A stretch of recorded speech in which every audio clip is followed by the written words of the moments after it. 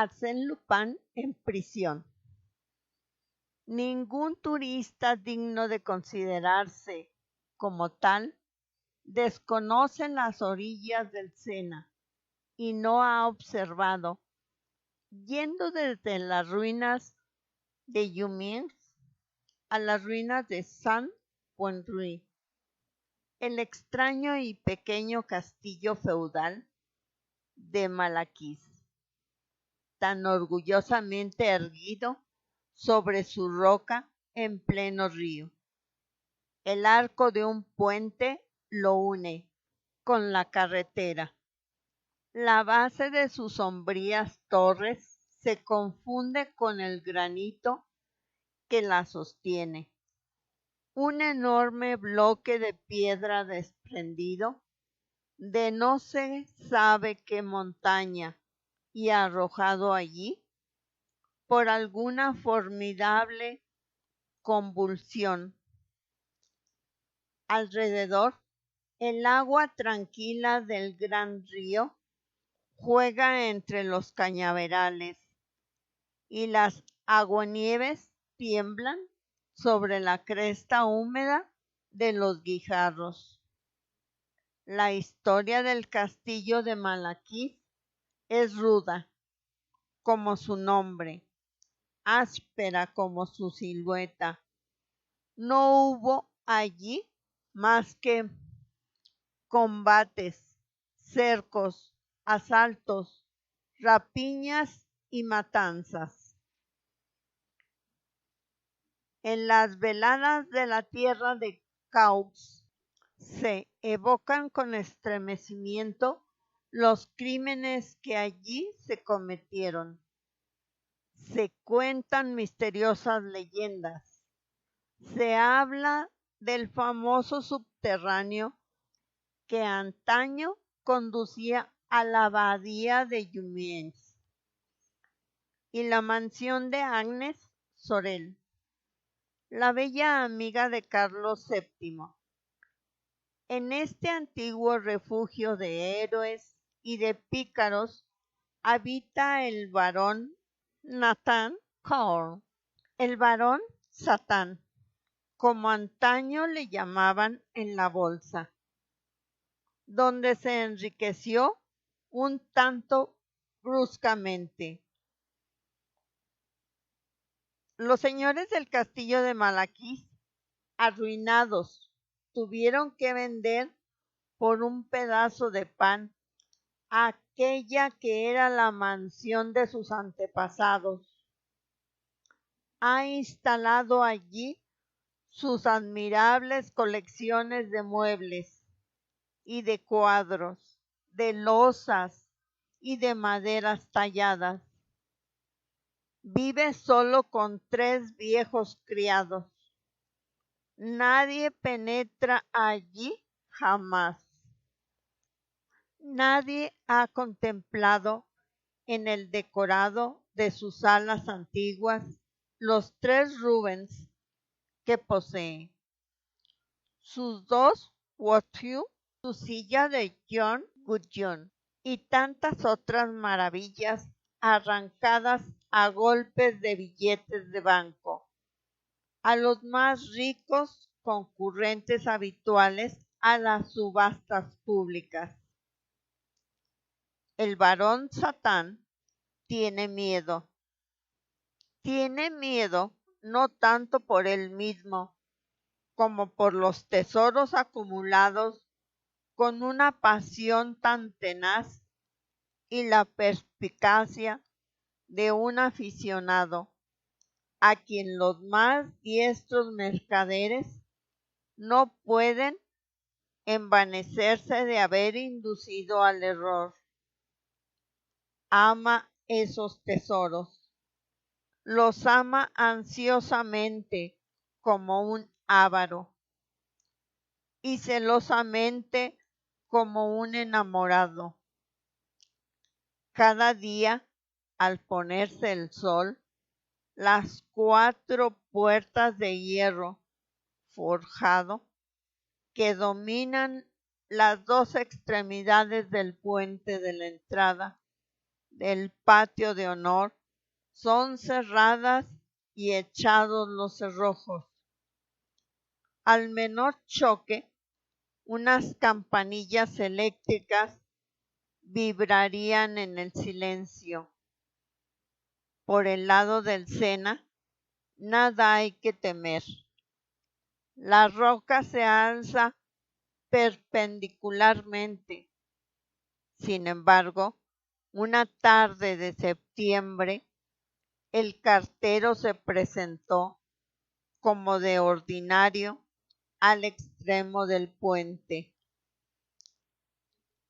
Y conforme a la regla cotidiana, fue el propio varón quien abrió el pesado batiente. Examinó tan minuciosamente a aquel hombre que tal parecía que no conociera desde hacía ya años aquel rostro campechano, alegre, con sus ojos maliciosos de campesino, y el hombre le dijo riendo: «Soy yo, el mismo de siempre, señor varón. No soy otro que hubiera tomado y vestido mi blusa y se hubiera puesto mi gorra. ¿Acaso sabe uno nunca?», murmuró Carl. El cartero le hizo entrega de un montón de periódicos. Luego añadió: «Y ahora, señor varón, hay novedades». «¿Novedades?». «Una carta, y además certificada. Aislado, sin amigos ni nadie que se interesara por él, el varón jamás recibía carta alguna, e inmediatamente todo ello lo pareció un acontecimiento de mal augurio, por el cual tenía motivos para inquietarse. ¿Quién era aquel misterioso corresponsal que venía a importunarlo en su retiro? «Tiene usted que firmar, señor varón». Firmó, mascullando algo. Luego tomó la carta. Esperó a que el cartero hubiese desaparecido en la vuelta del camino, y después de haber caminado algunos pasos de arriba abajo, se apoyó contra el parapeto del puente y rasgó el sobre. Aquel contenía una hoja de papel cuadriculado que llevaba como encabezado este manuscrito: «Prisión de la Santé, París». Luego miró la firma: «Arsène Lupin». Estupefacto leyó: «Señor varón, en la galería que une sus dos salones existe un cuadro de Philippe de Champagne de excelente manufactura y que me agrada sobremanera. Sus Rubens son también de mi agrado, así como el más pequeño de sus Watteau. En el salón de la derecha señalo el aparador de Luis XIII, los tapices de Beauvais, el velador estilo imperio firmado por Jacob y el baúl Renacimiento. En el de la izquierda, toda la vitrina de las joyas y de las miniaturas. Por esta vez yo me conformaría con esos objetos, que, creo, son fáciles de pasar y transferir.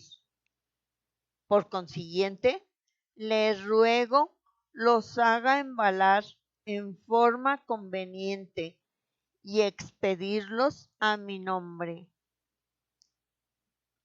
Aporte pagado. a la estación ferroviaria de Batignolles antes de las 8, pues de no ser así, yo mismo haré proceder a su traslado durante la noche del miércoles 27 al jueves 28 de septiembre. Y, por supuesto, no me conformaré con objetos que no sean los indicados. Le ruego perdone las pequeñas molestias que le causo y sírvase a aceptar la expresión de mis sentimientos de respetuosa consideración. Arsène Lupin. P.S. Sobre todo, no me envíe el más grande de los Guatiu, aun cuando usted haya pagado por él en la casa de ventas 30,000 francos. No es sino una copia, pues el original fue quemado por barras en tiempos del Directorio, en una noche de orgía. Consulte usted las memorias inéditas de Garat.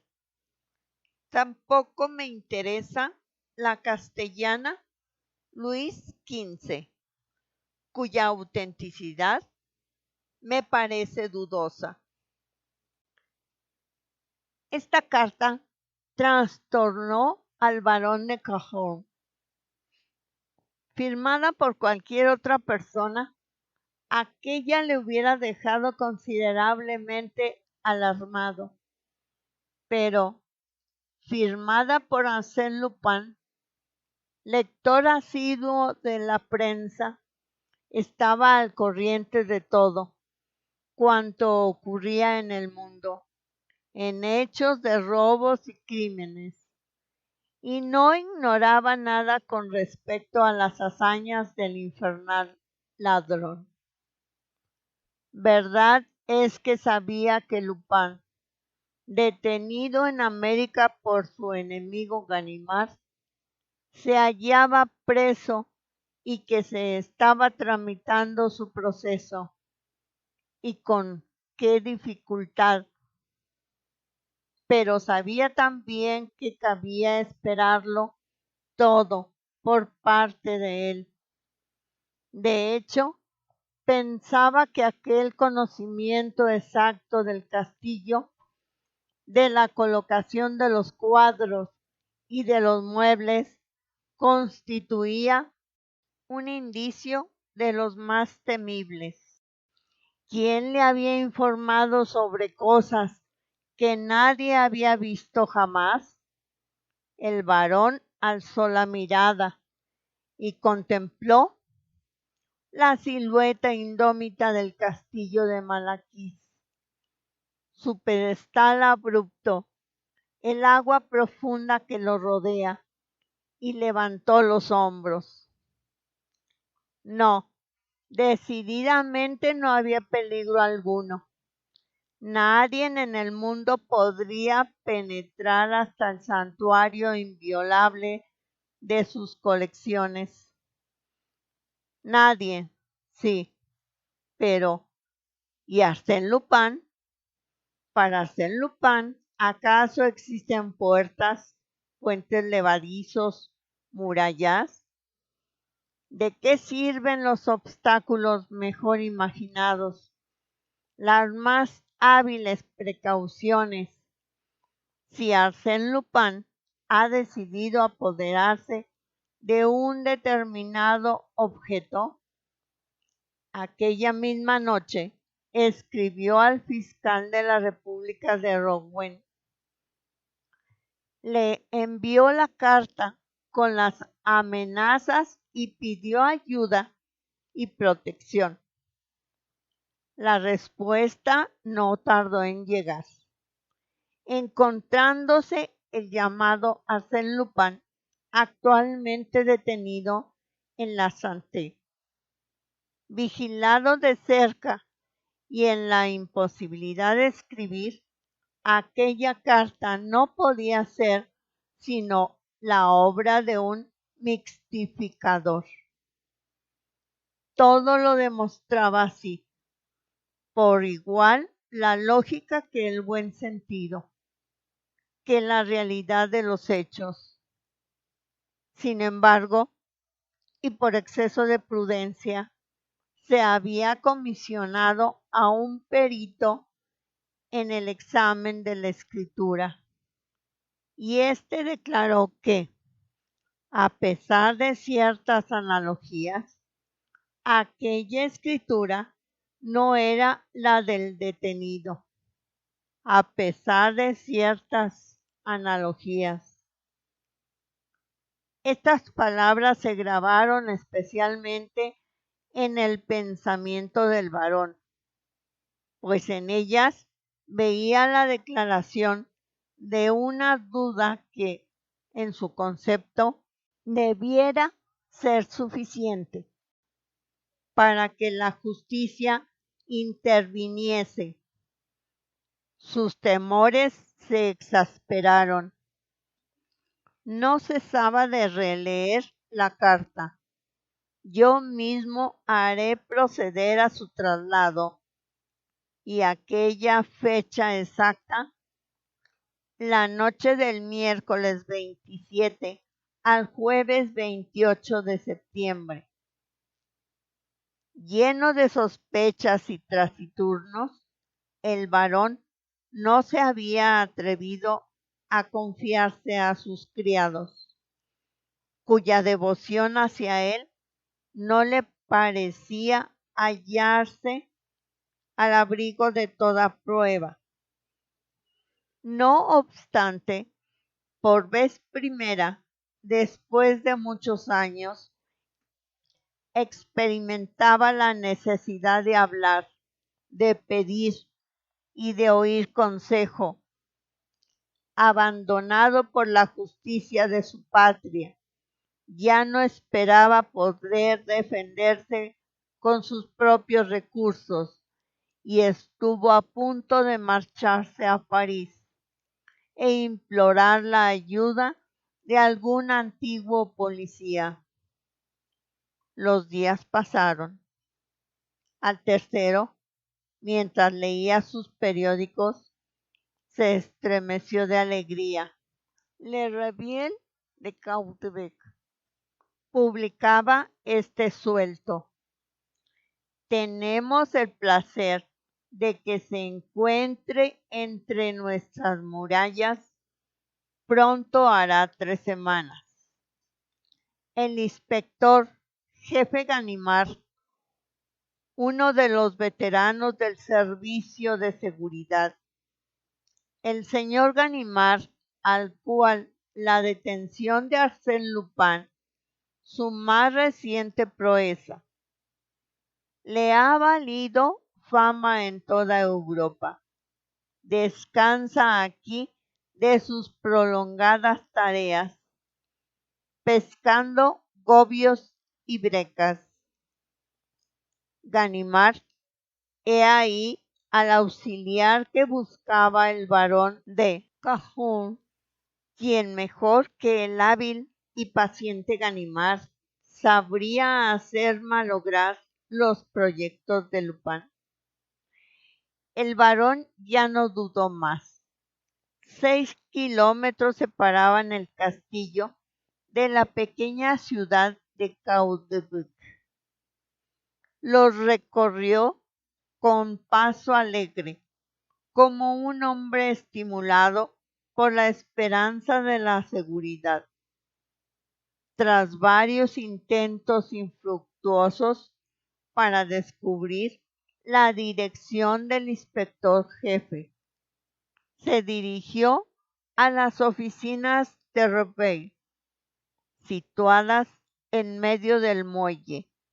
Allí encontró al redactor que había escrito la gacetilla, el cual, acercándose a la ventana, exclamó: Ganimard, ¿puede estar usted seguro de encontrarle a lo largo del muelle, con la caña de pescar en la mano.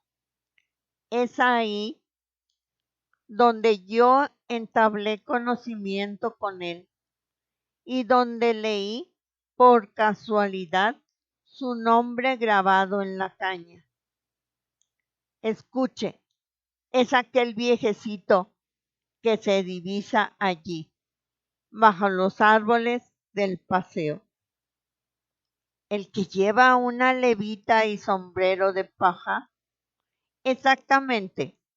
Ah, es un tipo extraño, que no tiene nada de hablador y es más bien malhumorado. 5 minutos después, el varón se acercaba al célebre Ganimard. Se presentaba y trataba de entablar conversación con él mismo, pero no lo lograba. Entonces abordó con franqueza el asunto y le expuso su caso. El otro escuchó inmóvil, sin perder de vista los peces a los que acechaba. Después volvió la cabeza hacia el varón, le miró de pies a cabeza y con un aire de profunda lástima dijo: Señor, no es en modo alguno costumbre de prevenir a las personas que se les va a despojar de lo suyo. Arsène Lupin, en particular, no comete semejantes errores. Sin embargo, señor, si yo tuviera la menor duda, créame que el placer de meterme aún más a fondo en las andanzas de mi querido Arsène Lupin lo sobrepondría a toda otra consideración. Por desgracia, ese joven se encuentra detrás de las rejas. ¿Y si escapara? No se escapa de la Santé, pero él no más que los otros. No obstante, pues bien, si él escapa, tanto mejor. Yo volveré a echarle la mano. Mientras tanto, duerma usted tranquilo y no asuste usted más a esta breca. La conversación se había acabado. El varón regresó a su casa un tanto tranquilizado por la despreocupación manifestada por Ganimard. Comprobó las cerraduras, espió a los criados y transcurrieron 48 horas, durante las cuales llegó casi a persuadirse de que, en resumen, sus temores eran quiméricos. No, decididamente, como había dicho Ganimard, no se previene a las personas a quienes se va a despojar de lo suyo. La fecha se aproximaba. La mañana del martes, víspera del 27, nada de particular ocurrió. Pero a las 3 de la tarde un chico llamó a la puerta. Era portador de un despacho. No hay ningún paquete en la estación de Batignolles. Preparé todo para mañana por la noche. Arsène. De nuevo volvió a hacer aquello la locura, a tal extremo que el varón se preguntó si no sería mejor ceder a las exigencias de Arsène Lupin. Corrió a Caudebec Ganimard estaba pescando en el mismo lugar, sentado en una silla plegable, sin decir una palabra. Le tendió el telegrama. ¿Y qué? Preguntó el inspector. ¿Y qué? Pero si es mañana. ¿El qué? El robo, el pillaje de mis colecciones. Ganimard dejó a un lado su caña, se volvió hacia él y con los brazos cruzados sobre el pecho, exclamó con tono de impaciencia: ¡Ah, caray! ¿Acaso usted se imagina que me voy a ocupar de un asunto tan estúpido? ¿Qué precio pone usted a pasar en el castillo la noche del 27 al 28 de septiembre? Ni un solo céntimo, y déjeme usted en paz. Fije usted el precio. Yo soy rico, rico en extremo. La brusquedad de la oferta desconcertó a Ganimard, que dijo, ya con más calma: me encuentro aquí de vacaciones y no tengo el derecho a mezclarme. Nadie lo sabrá. Me comprometo, ocurra lo que ocurra, a guardar silencio. Oh, no ocurrirá nada. Veamos entonces, 3,000 francos, ¿será bastante? El inspector esnifó un poco de rope, reflexionó y dejó caer estas palabras: sea, solo que debo declararle a usted lealmente que ese es un dinero tirado por la ventana. Me es igual. En ese caso, pero después de todo, nunca se sabe con ese diablo de Lupin. Debe de tener a sus órdenes a toda una banda. ¿Está usted seguro de sus criados? En verdad. Entonces no contemos con ellos. Voy a advertir por telegrama a 2 mozones amigos míos que nos darán mayores seguridades. Y ahora, márchese usted, que no nos vean juntos hasta mañana a eso de las 9. Al día siguiente, fecha fijada por Arsène Lupin, el barón de Cahors descolgó su panoplia, preparó sus armas y se paseó por las inmediaciones de Malaquis.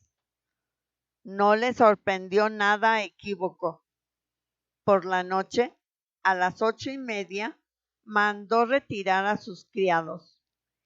Estos vivían en un ala del castillo, cuya fachada daba a la carretera, pero un poco retirada de aquella y a un extremo del primero. Una vez a solas, abrió silenciosamente las 4 puertas. Tras un momento escuchó pasos que se acercaban. Ganimard presentó a sus 2 mejores auxiliares, que eran 2 corpulentos mozos, con el cuello de toro y fuertes manos, y luego pidió ciertas explicaciones. Una vez que ya se dio cuenta de la disposición de los diversos lugares, cerró cuidadosamente las puertas y atrancó todas las entradas por donde pudiera penetrarse en las salas amenazadas. Inspeccionó los muros, levantó los tapices y finalmente instaló a sus agentes en la galería central. y no cometan una tontería, ¿eh? No estamos aquí para dormir. A la menor señal de alarma, abran las ventanas del patio y llámenme. Tengan igualmente cuidado por el lado del agua. 10 metros de precipicio no espantan a unos diablos de ese calibre. Los encerró allí, se llevó las llaves y le dijo al varón: y ahora a nuestro puesto. Había elegido para pasar la noche una pequeña estancia abierta en las gruesas murallas entre las dos puertas principales y que antaño constituía el reducto del vigía. Sobre el puente se abría una mirilla y otra sobre el patio. En un rincón podía verse algo que semejaba el orificio de un pozo. Usted, sin duda, me ha dicho, señor varón, que este pozo era la única entrada a los subterráneos y que, hasta donde alcanza el recuerdo de los hombres, ha estado tapada. Sí. Entonces, a menos que exista otra salida desconocida para todos, excepto para Saint Lupin. Lo que parece un tanto problemático, podemos estar tranquilos. Alineó 3 sillas, se tendió cómodamente sobre ellas, encendió su pipa y suspiró. Verdaderamente, señor varón, es preciso que yo sienta unos vehementes deseos de añadir un piso a la casita, donde deberé acabar mis días, para haber aceptado una tarea tan elemental como esta. Yo le contaré esta historia al amigo Lupin y reventará de risa. Pero el varón no reía. Con el oído al acecho, interrogaba al silencio de la noche, con una creciente inquietud. De cuando en cuando se inclinaba sobre el pozo y lanzaba sobre el agujero una mirada ansiosa. Sonaron las 11 de la noche, la medianoche y la 1. De pronto agarró del brazo a Ganimard, que se despertó sobresaltado. ¿No oye usted? Sí. ¿Qué es eso? Soy yo, que ronco. No, no es eso. Escuche. Ah, perfectamente. Es la bocina de un automóvil. Y entonces, pues entonces, que es poco probable que Lupin se sirva de un automóvil como ariete para derribar su castillo. Y, en verdad, yo, en su lugar, me dormiría, tal como yo voy a tener el honor de hacer de nuevo. Buenas noches. Esa fue la única alarma. Ganimard pudo así reanudar su interrumpido sueño, y el varón no escuchó otra cosa que los ronquidos de aquel, sonoros y regulares. Al despuntar el alba, salieron de su celda una grande y serena paz, la paz de la mañana en la orilla del agua fresca. Envolvía al castillo. Subieron la escalera. Cahorn, radiante de alegría, y Ganimard, siempre tranquilo, ningún ruido, nada sospechoso. ¿Qué le había dicho yo a usted, señor varón? En el fondo, yo no debería haber aceptado. Me siento avergonzado. Tomó las llaves y penetró en la galería. Sobre dos sillas, encorvados, con los brazos colgantes, los dos agentes dormían. ¡Rayos y truenos! Gruñó el inspector. En el mismo instante el varón lanzaba un grito. ¡Los cuadros! ¡El aparador! Balbucía sofocado y con la mano extendida hacia los lugares vacíos, hacia los muros desnudos, donde resaltaban los clavos de colgar los cuadros y donde pendían unas cuerdas ahora inútiles. El guatiú había desaparecido. Los Rubens habían sido quitados de allí. Los tapices habían sido llevados, las vitrinas vaciadas de sus joyas. Y mis candelabros Luis XVI y el candelabro del regente y mi Virgen del siglo XII corría de un lugar a otro, perdido, desesperado. Recordaba los precios que había pagado por aquellas obras y objetos.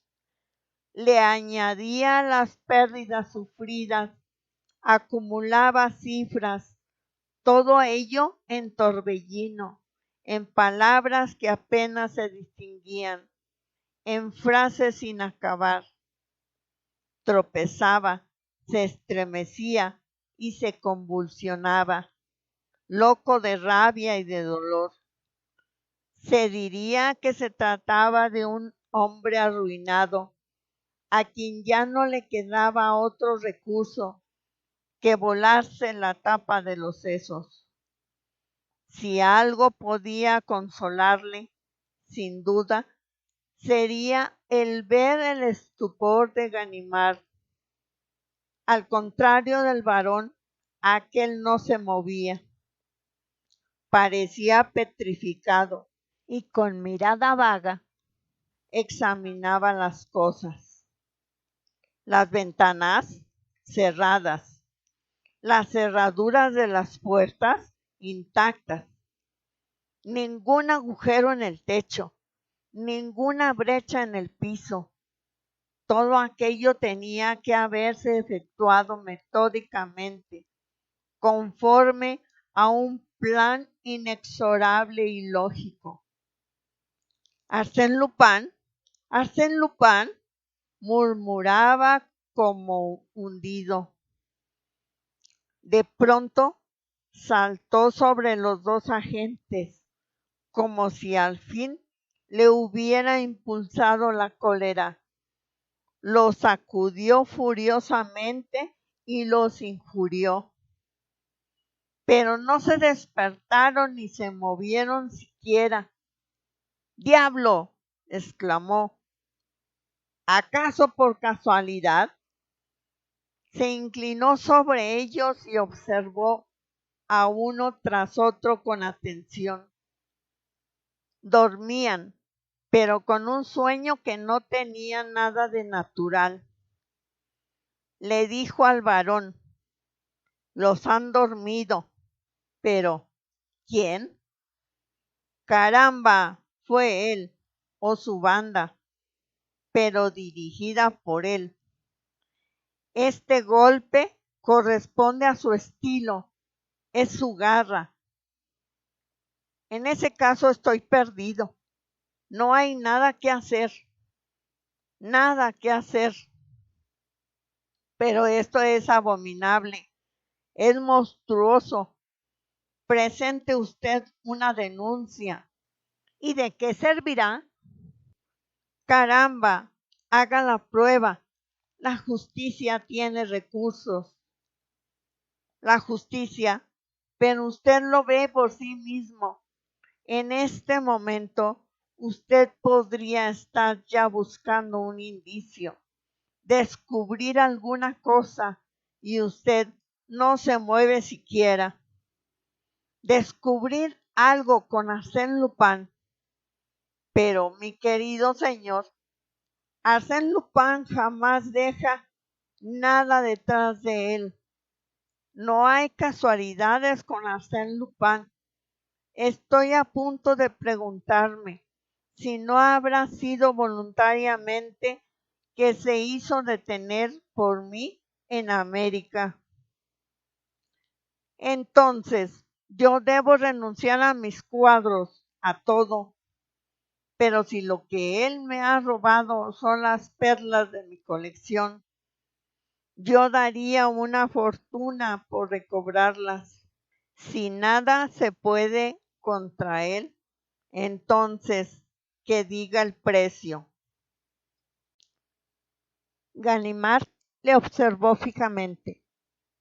Esas son las palabras sensatas. ¿No las retira usted? No, no, no. Pero, ¿por qué? Es una idea que se me ha ocurrido. ¿Qué idea? Ya volveremos a hablar de eso si la investigación no da resultado. Solamente que no diga usted una sola palabra de mí, si usted pretende que yo tenga éxito. Y luego añadió entre dientes. Y además, verdaderamente, yo no tengo de qué vanagloriarme. Los dos agentes recobraban poco a poco el conocimiento, con ese aire atontado de quien sale de un sueño hipnótico. Abrían los ojos asombrados y trataban de comprender. Cuando Ganimard los interrogó, no se acordaban de nada. Sin embargo, ustedes debieron ver a alguien. No, no. ¿Recuerdan? No, no. ¿Y no han bebido nada? Reflexionaron y uno de ellos respondió. Sí, yo he bebido un poco de agua. ¿Agua de esta botella? Sí, y yo también, declaró el segundo. Ganimard observó el agua y la probó. No tenía ningún gusto especial, ningún olor. Vamos, dijo después, estamos perdiendo nuestro tiempo. No es en 5 minutos que se resuelven los problemas planteados por Arsène Lupin. Pero, caray, juro que lo atraparé otra vez.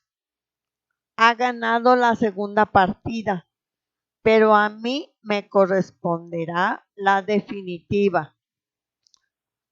Aquel mismo día, el barón de Cahors presentó una denuncia por robo contra Arsène Lupin, que estaba detenido en la Santé.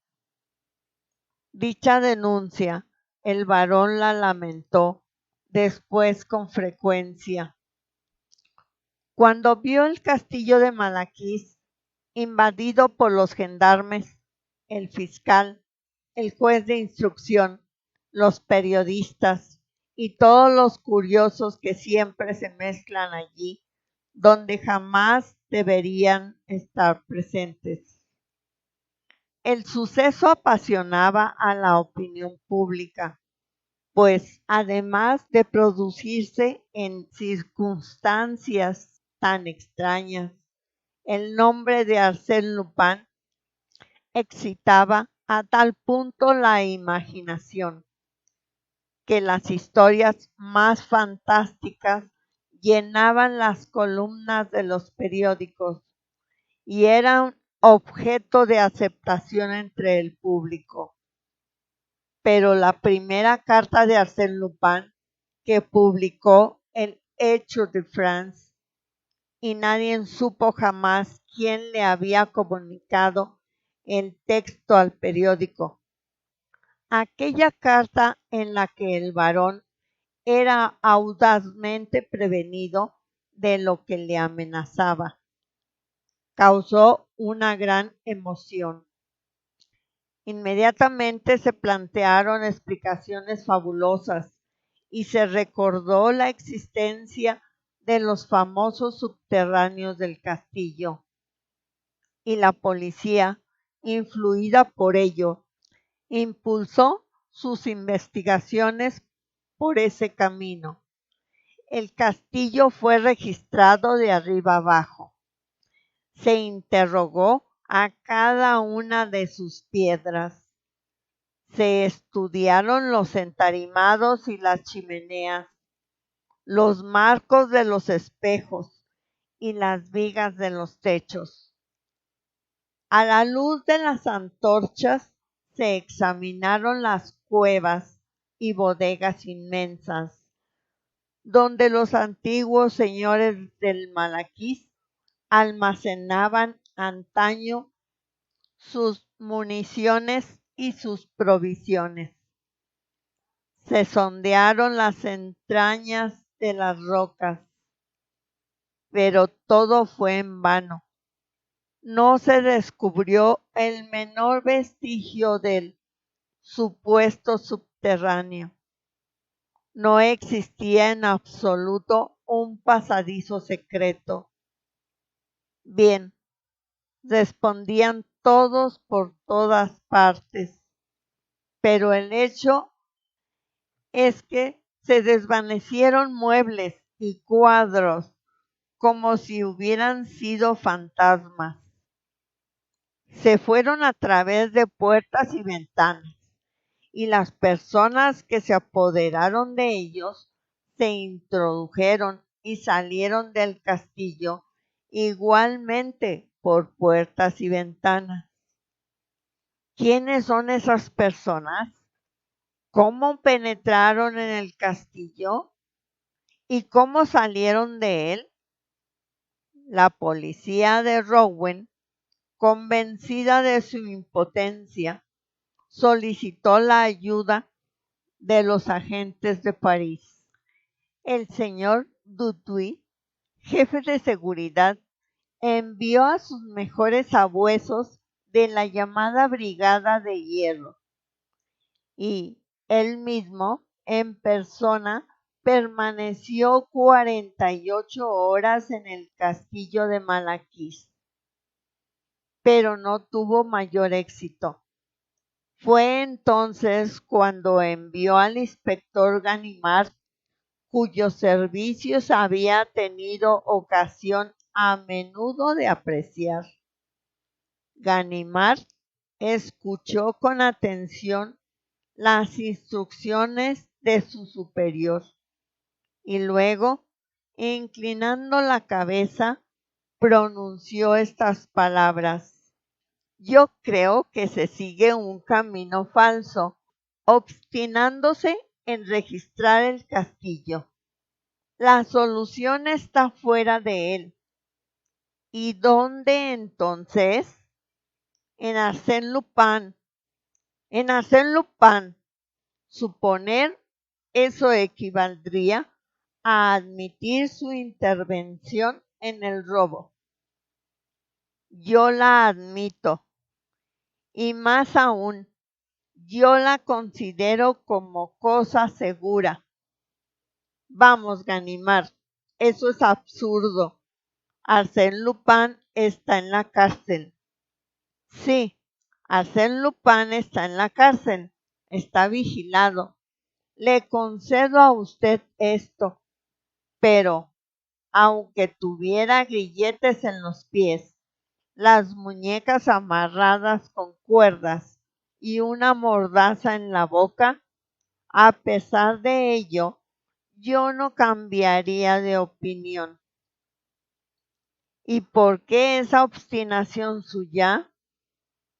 Porque solamente Arsène Lupin tiene talla suficiente para combinar una maquinaria de esa envergadura y además combinarla de modo tal que tuviese éxito. como de hecho lo ha tenido. Esos son solo palabras, Ganimard, pero unas palabras que constituyen realidades. Es inútil andar buscando subterráneos, piedras que giran sobre una espiga y tonterías de ese género. Nuestro individuo no empleó en su juego procedimientos tan anticuados. Se trata de un hombre de nuestro tiempo, o mejor dicho, del tiempo futuro. Entonces, ¿las conclusiones de usted cuáles son? Mis conclusiones son pedirle a usted concretamente autorización para pasar una hora con él. ¿En su celda? Sí. Al regreso de América durante la travesía hemos mantenido excelentes relaciones y me atrevo a decir que siente cierta simpatía por quien logró detenerle. Si puede darme informes sin comprometerse, no dudará en evitarme un viaje inútil. Era un poco después del mediodía cuando Ganimard fue llevado a la celda de Arsène Lupin. Este, tendido sobre su lecho, alzó la cabeza y lanzó un grito de alegría. ¡Ah, caramba! Esto es una verdadera sorpresa. Ver aquí a mi querido Ganimard. El mismo en carne y hueso.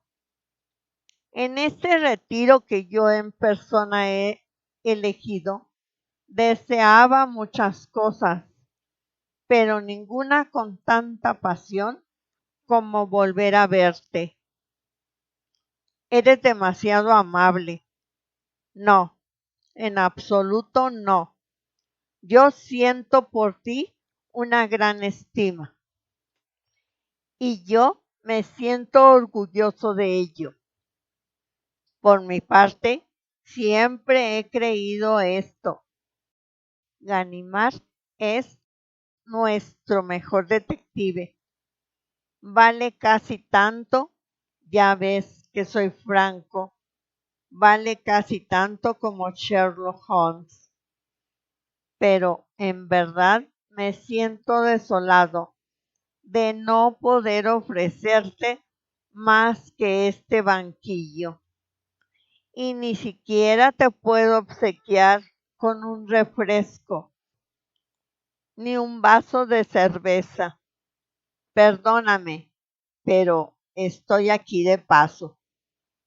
Ganimard se sentó, sonriendo, y el prisionero reanudó la conversación diciendo: Dios mío, qué contento estoy de echar la mirada encima de la cara de un hombre honrado.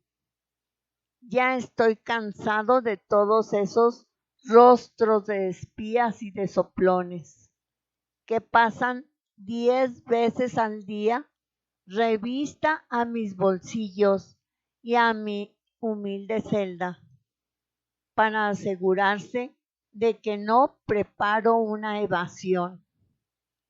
Diablos, ¿cómo se interesa el gobierno por mí? Y tiene razón. No, yo me sentiría tan feliz si se me dejara vivir en mi pequeño agujero, con las rentas de los demás. ¿No es así? Sería tan sencillo, pero estoy hablando demasiado. No digo más que tonterías y seguramente tú tienes prisa. Vamos al grano, Ganimard. ¿Qué es lo que me proporciona el honor de tu visita? El asunto Cahorn, declaró Ganimard sin ambajes. Alto ahí, un momento. Es que yo he tenido tantos asuntos y tú quieres que encuentre inmediatamente en mi cerebro el expediente del asunto cajón. Ah, aquí está. Ya lo encontré.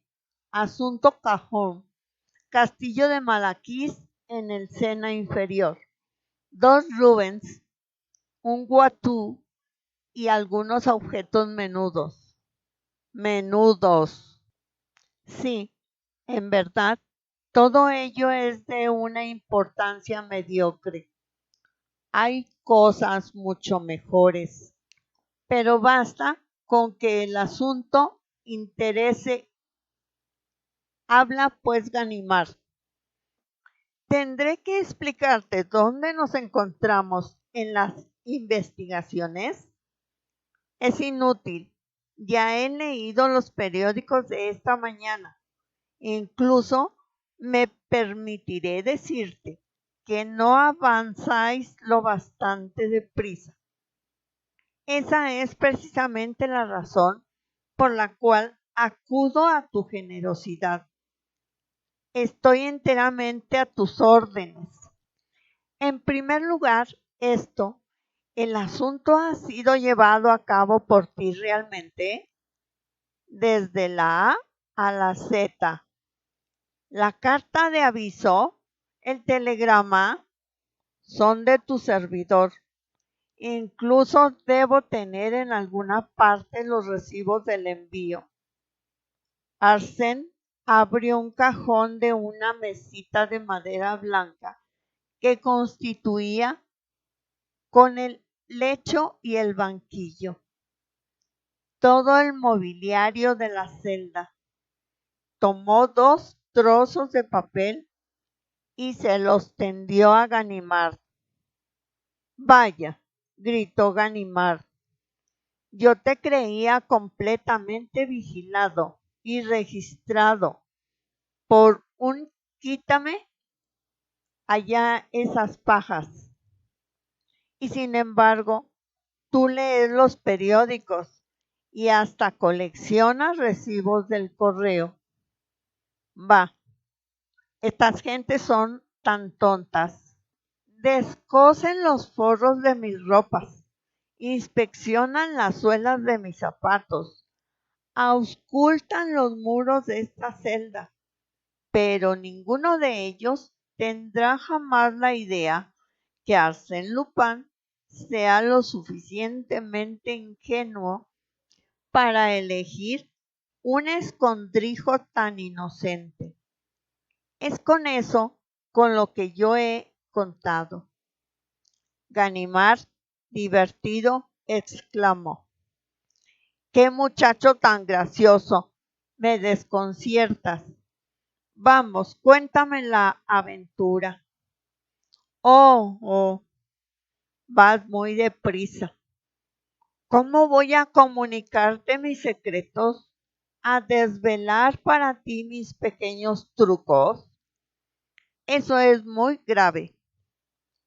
Entonces, ¿me habré equivocado al contar con tu complacencia? No, Ganimard, y puesto que insistes, Arsène Lupin recorrió con sus pasos 2 o 3 veces la estancia y luego se detuvo y dijo: ¿Qué opinas tú de mi carta al barón? Opino que has querido divertirte, asombrando al público. Ah, asombrar al público. Pues bien, te aseguro, Ganimard, que te creía más ducho. ¿Cómo puedo yo, Arsène Lupin, entretenerme en esas puerilidades? ¿Acaso habría yo escrito esa carta si hubiera podido desvalijar al barón sin escribirle? Caramba, comprended tú y todos los demás que esa carta fue el punto de partida indispensable, el recurso que puso en movimiento toda la maquinaria. Veamos, procedamos por orden, y si así lo estimas, preparemos los dos juntos el robo del Malaquís. Te escucho. Entonces, supongamos un castillo rigurosamente cerrado, atrincherado, como lo estaba el castillo del barón de Cajón. ¿Voy yo acaso a abandonar la partida y a renunciar a unos tesoros que ambiciono poseer, so pretexto del que el castillo donde se guardan es inaccesible?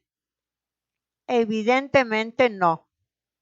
¿Voy yo a intentar el asalto, como antaño, a la cabeza de una banda de aventureros? Eso sería infantil. ¿Voy a introducirme en el castillo subrepticiamente? Imposible. No queda entonces más que un medio, el único en opinión mía, y que consiste en hacerme invitar por el propietario de dicho castillo. El medio es original. Y qué fácil. Supongamos que un día dicho propietario recibe una carta advirtiéndole de lo que trama contra él un tal Arsène Lupin, famoso ladrón. ¿Qué hará él? Enviará la carta al fiscal, el cual se burlará de él, puesto que el referido Lupin se encuentra actualmente encerrado tras las rejas. Entonces, el buen hombre enloquece y se siente dispuesto a pedir auxilio al primero que se le presente. ¿No es verdad? Eso queda fuera de duda. Y si ocurre que lee en una hoja de repollo que un célebre policía se encuentra de vacaciones en la vecina localidad, entonces acudirá a ese policía.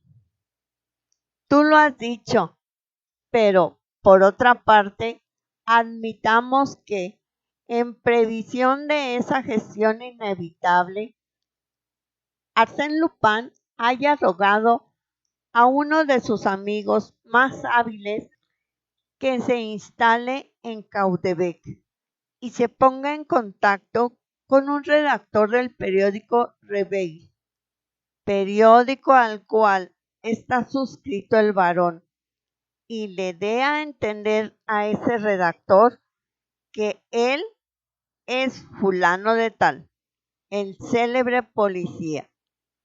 ¿Qué ocurrirá entonces?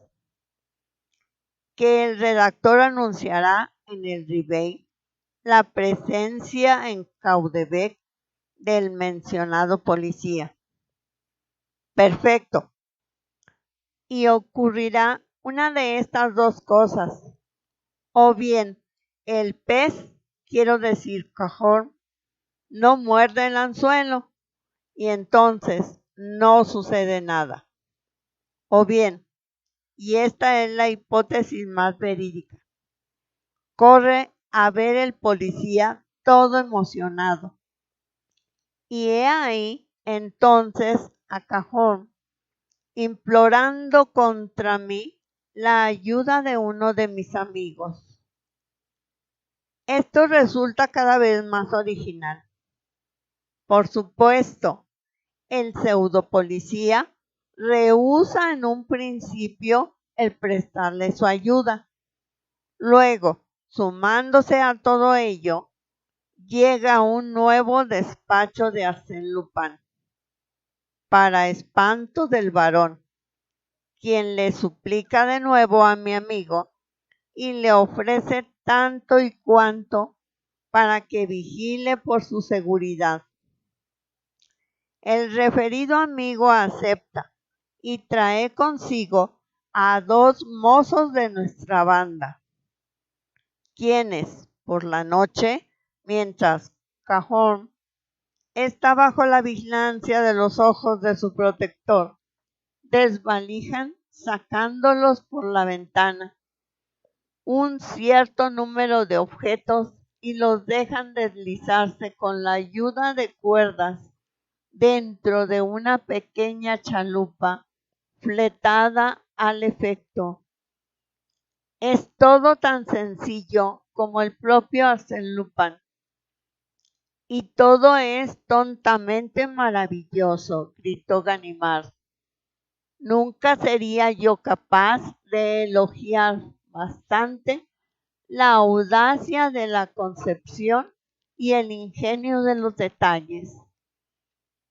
Pero lo que no veo es un policía que sea lo bastante ilustre para que su nombre haya podido atraer y sugestionar al varón hasta ese punto.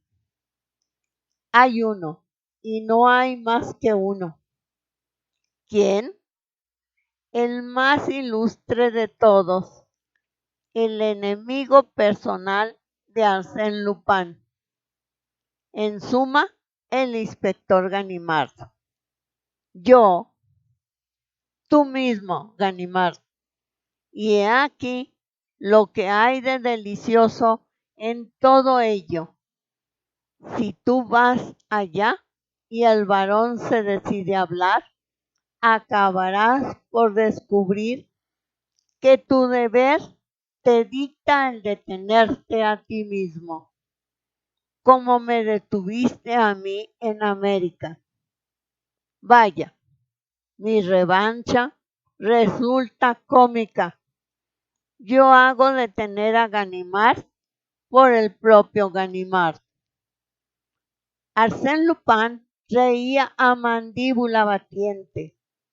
El inspector, bastante vejado, se mordía los labios. La broma no le parecía que mereciese tales accesos de alegría. La llegada de un guardián de la prisión le dio ocasión de reponerse. El guardián traía la comida que Arsène Lupin, por concesión especial, hacía que le sirvieran de un restaurante vecino. Una vez que hubo depositado la bandeja sobre la mesa, el guardián se retiró. Arsène se instaló, partió el pan, comió 2 o 3 bocados y dijo: pero estate tranquilo, mi querido Ganimard. Tú no irás allá. Voy a revelarte una cosa que te dejará estupefacto. El asunto Cajón está a punto de cerrarse. ¿Cómo? A punto de cerrarse, te he dicho. Entonces, de ser así, me despido del jefe de seguridad. ¿Y después qué? ¿Es que acaso el señor Dudois sabe más sobre lo que me concierne que yo mismo? Sabrás, Ganimard, perdóname, que el pseudo Ganimard ha quedado en excelentes relaciones con el varón. Y ello es la razón principal de que nada haya confesado. Le ha encargado la muy delicada misión de negociar conmigo una transacción. Y a esta hora, mediante una cierta suma, es probable que el varón haya entrado de nuevo en posesión de sus queridos juguetes, a cambio de lo cual retirará su denuncia.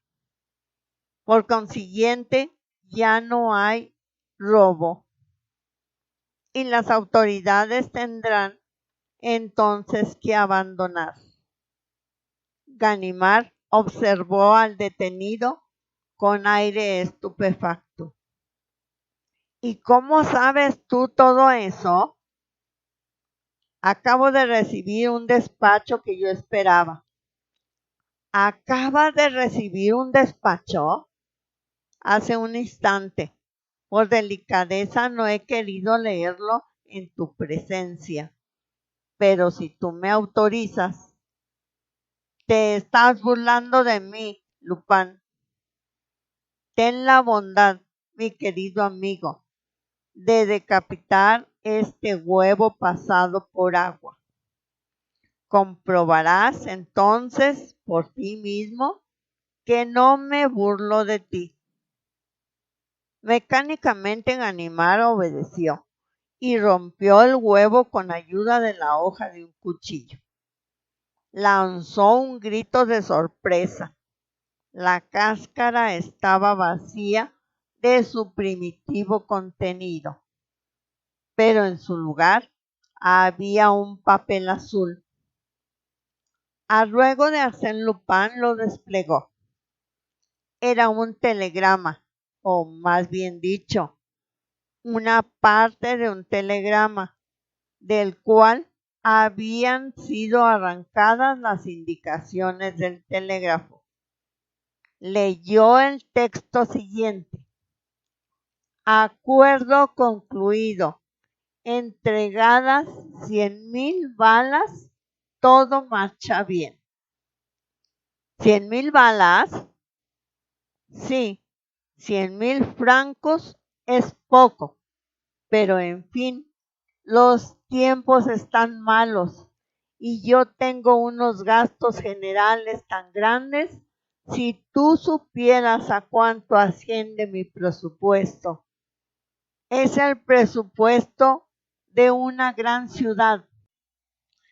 Ganimard se levantó. Su mal humor se había evaporado. Reflexionó unos momentos y abarcó de un vistazo todo el asunto, para tratar de descubrir algún punto débil en él. Después, con un tono en el que dejaba francamente traslucir su admiración de hombre conocedor, exclamó: Por suerte, no existen docenas de hombres como tú, pues, de lo contrario, la policía tendría que cerrar y liquidar su empresa.